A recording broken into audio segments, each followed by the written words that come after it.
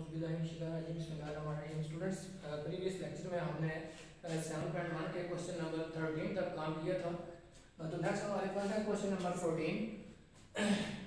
इसमें देखें यहाँ पर रेडिकल की जो एक टर्म है, बेसिकली हमें क्या करना होता है कि सबसे पहले हमें रेडिकल को खत्म करना होता है। रेडिकल खत्म करने के बाद हमारे पास जो भी वेरिएबल अननोन वेरिएबल दिया हुआ उसकी वैल्यू फाइंड करनी होती है। उसके बाद हमने जो वेरिएबल की वैल्यू आती है उसके बाद हमें उसकी वेरिफिकेशन करनी होती है कि हमारे पास वो वैल्यू दुरुस्त आ रही है या गलत आ रही है। तो यहाँ सबसे पहले ये देखें सिंगल फॉर्म में ये सिंगल टर्म हमारे पास रेडिकल की मौजूद है। तो यहाँ से सीधा हम बोथ साइड ले लेंगे कि squaring both sides we gate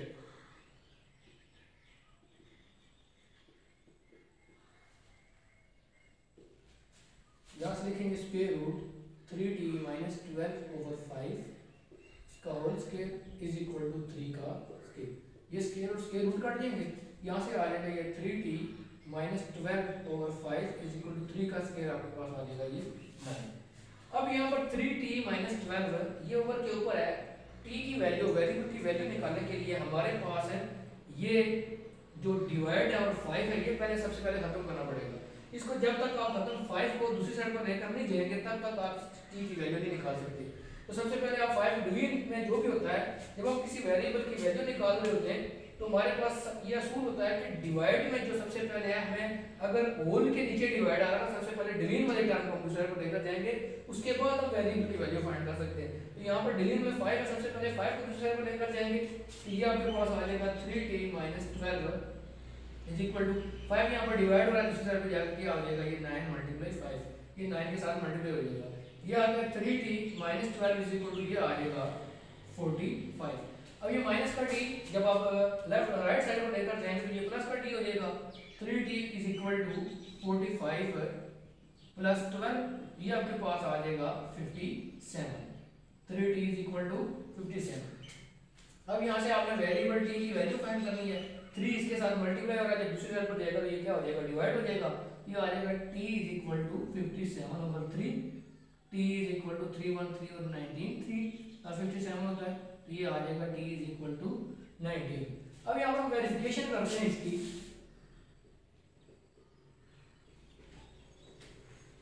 इसको दोबारा से क्वेश्चन देखो, under root 3t minus 12/5 is equal to 3। इसको इक्वेशन नंबर 1 का नाम दे लें।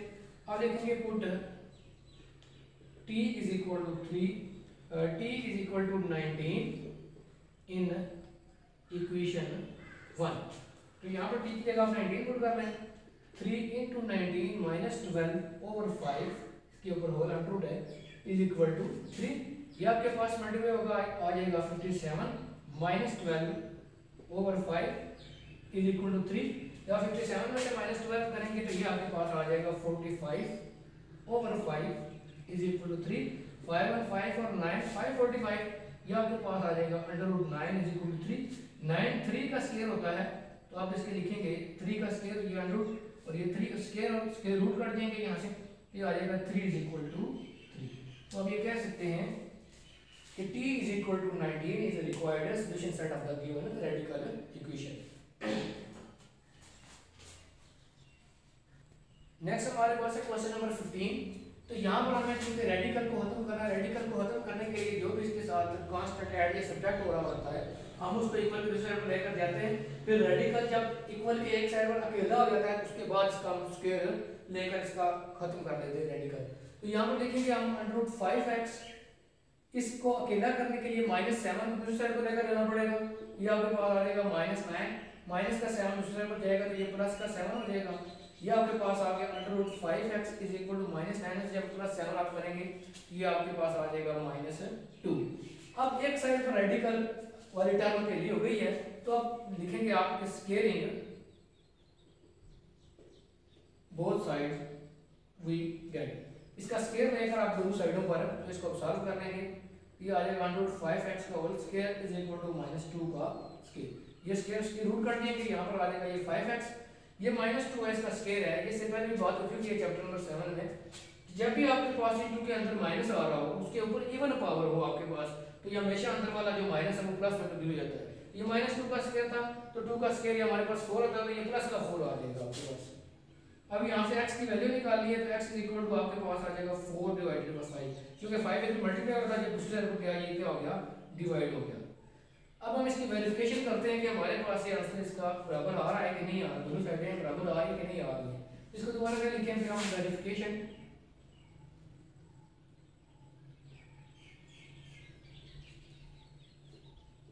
√5x - 7 is equal to -9।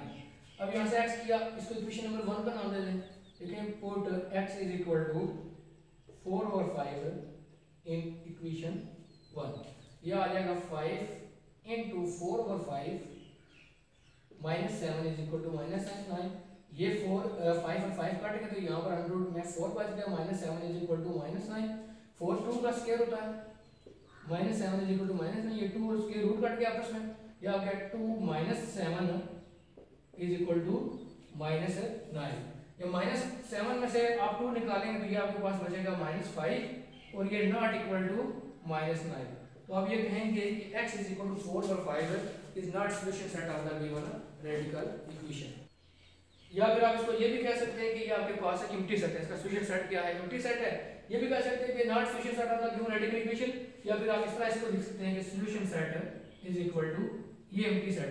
तो ये आपके पास इसका आंसर है, क्योंकि इसने वेरीफाई नहीं किया इसकी वैल्यू 4 और 5 है, तो इक्वेशन के दोनों साइडों पर इसने वेरीफाई नहीं किया हमारे आंसर को, तो इसलिए हम ये कह सकते हैं कि इसने जो कि वेरीफाई नहीं किया, इसने हमारे पास सॉल्यूशन सेट इसका क्या है, एम्प्टी सेट है। नेक्स्ट टाइम के हमारे पास जो क्वेश्चन है, जिस तरह हम स्क्वायर रूट का स्क्वायर लेकर हम इसको खत्म करके हम इसकी वैल्यू को फाइंड करते थे। अभी यहाँ पर स्क्वायर की बजाय या स्क्वायर रूट की बजाय हमारे पास क्यूब रूट है, कोई डिफरेंस नहीं है इसमें। जैसे हम स्क्वायर रूट को खत्म करने के लिए बोथ साइड पर स्क्वायर लेते थे, अब क्यूब रूट को खत्म करने के लिए हम बोथ साइड पर क्यूब ले लेंगे। क्यूब हम कहते हैं पावर 3 को, इस पावर 3 किसी भी वेरिएबल की पावर 3 को हम क्या कहते हैं, क्यूब कहते हैं। और इस जो रेडिकल के साइन के साथ ये 3 लिखा होता है, इसको हम क्यूब रूट बोलते हैं, इसको हम क्यूब रूट बोलते हैं।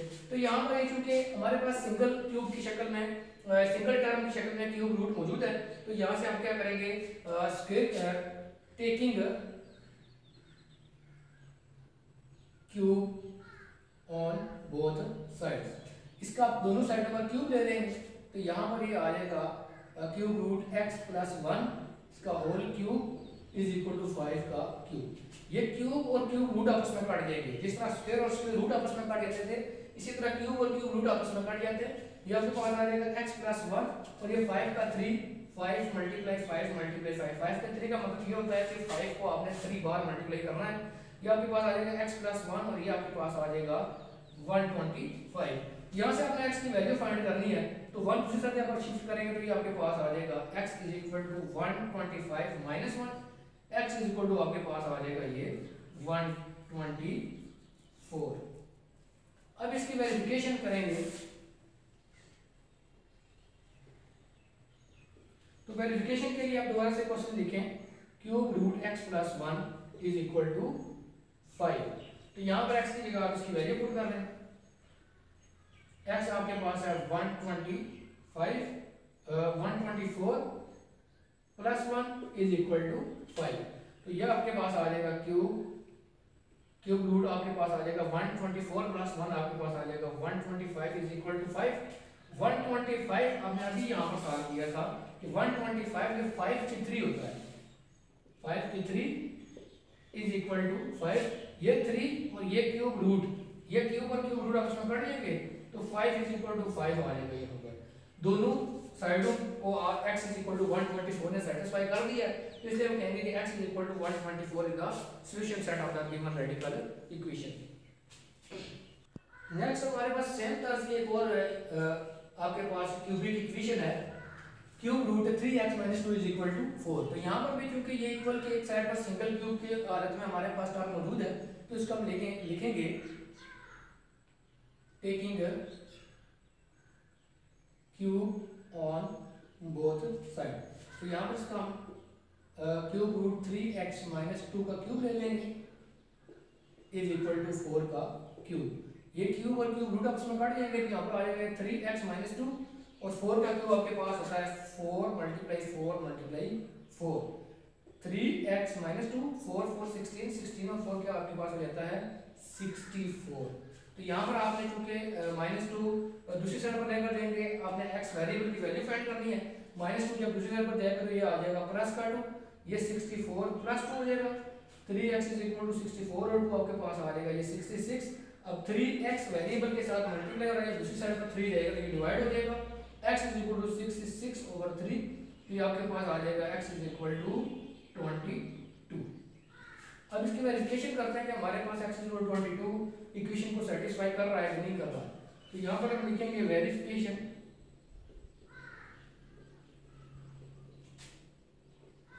Cube root 3x - 2 = 4। इसको इक्वेशन नंबर 1 का नाम दे देंगे। अब यहाँ से आप कह सकते हैं कि पुट x = 22 इन इक्वेशन 1। तो यहाँ पर लिखेंगे आप क्यूब रूट 3 × 22 - 2 = 4।